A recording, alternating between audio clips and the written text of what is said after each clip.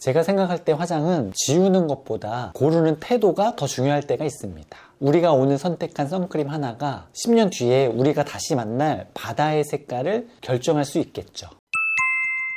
안녕하세요, 립바이 뷰티연구소입니다. 여러분, 제가 늘 강조하는 게 있죠. 화장은 단순한 기술이 아니라 나를 대하는 태도라고 항상 말씀드리고 있습니다. 그런데 말이죠, 우리가 노화 방지를 위해서 매일매일 사용하는 선크림이 사실은 우리가 사랑하는 바다의 산호초들에게는 독약이 되고 있었다면 어떨까요? 오늘은 조금 뼈 아프지만 전문가로서 꼭 드려야 할 이야기를 해보려고 합니다.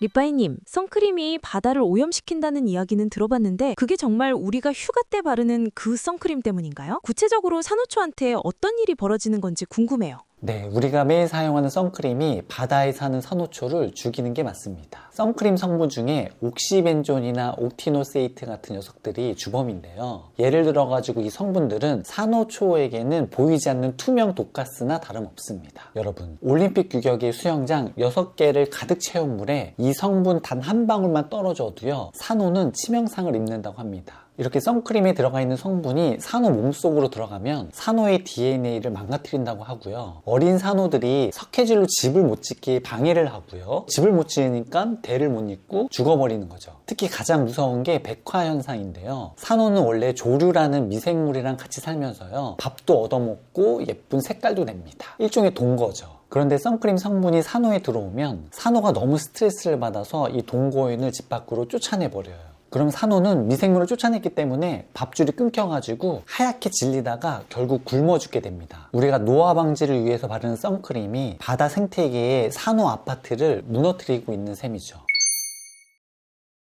집에서 씻어내는 선크림조차 하수구를 통해 바다로 간다니 정말 충격적이네요. 그럼 저희는 이제 뭘 발라야 할까요? 피부 노화는 막아야 하잖아요. 당연히 우리 피부도 지켜야겠죠? 그래서 제가 제안하는 게 바로 가치 있는 뷰티인데요. 브랜드 액티비즘의 실천입니다. 메이크업 아티스트로서 딱 2가지만 기억하시라고 정리해드리겠습니다. 첫 번째는 무기자차를 선택해보세요. 성분표에 징크 옥사이드나 티타늄 디옥사이드라고 적힌 것들인데요. 얘네들은 피부 위에 얇은 보호막을 씌워주는 방식인데요. 자외선이 하늘에서 왔을 때 반사시켜주는 자외선 차단제인데요. 이런 성분들이 산호에게는 훨씬 덜 해롭습니다. 두 번째는 논나노인지 확인해 보는 건데요. 요즘 선크림의 발림성을 좋게 하려고 성분 입자를 아주 작게 쪼개는 나노 입자로 선크림을 만드는데요. 이게 너무 입자들이 작으면 산호 몸속에 쏙쏙 박혀버립니다. 발림성이 좀 뻑뻑하더라도 입자가 커서 산호 몸속에 못 들어가는 논나노 제품을 고르는 게 진짜 착한 소비자의 품격이 될 수 있습니다. 사실 조금 불편할 수 있는데요. 백탁 현상이라고 하죠. 얼굴이 좀 하얘질 수도 있고요. 화장이 밀릴 수도 있습니다.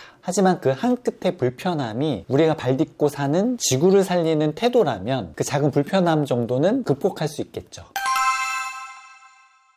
원장님 말씀을 듣고 나니 이제 선크림 하나도 그냥 고를 수가 없겠네요. 마지막으로 우리 립바이 구독자분들께 한마디 부탁드려도 될까요? 제가 생각할 때 화장은 지우는 것보다 고르는 태도가 더 중요할 때가 있습니다. 우리가 오늘 선택한 선크림 하나가 10년 뒤에 우리가 다시 만날 바다의 색깔을 결정할 수 있겠죠. 나 하나쯤이야 라는 생각 대신에요, 나부터라도 라는 위트 있는 용기를 내보시면 어떨까요?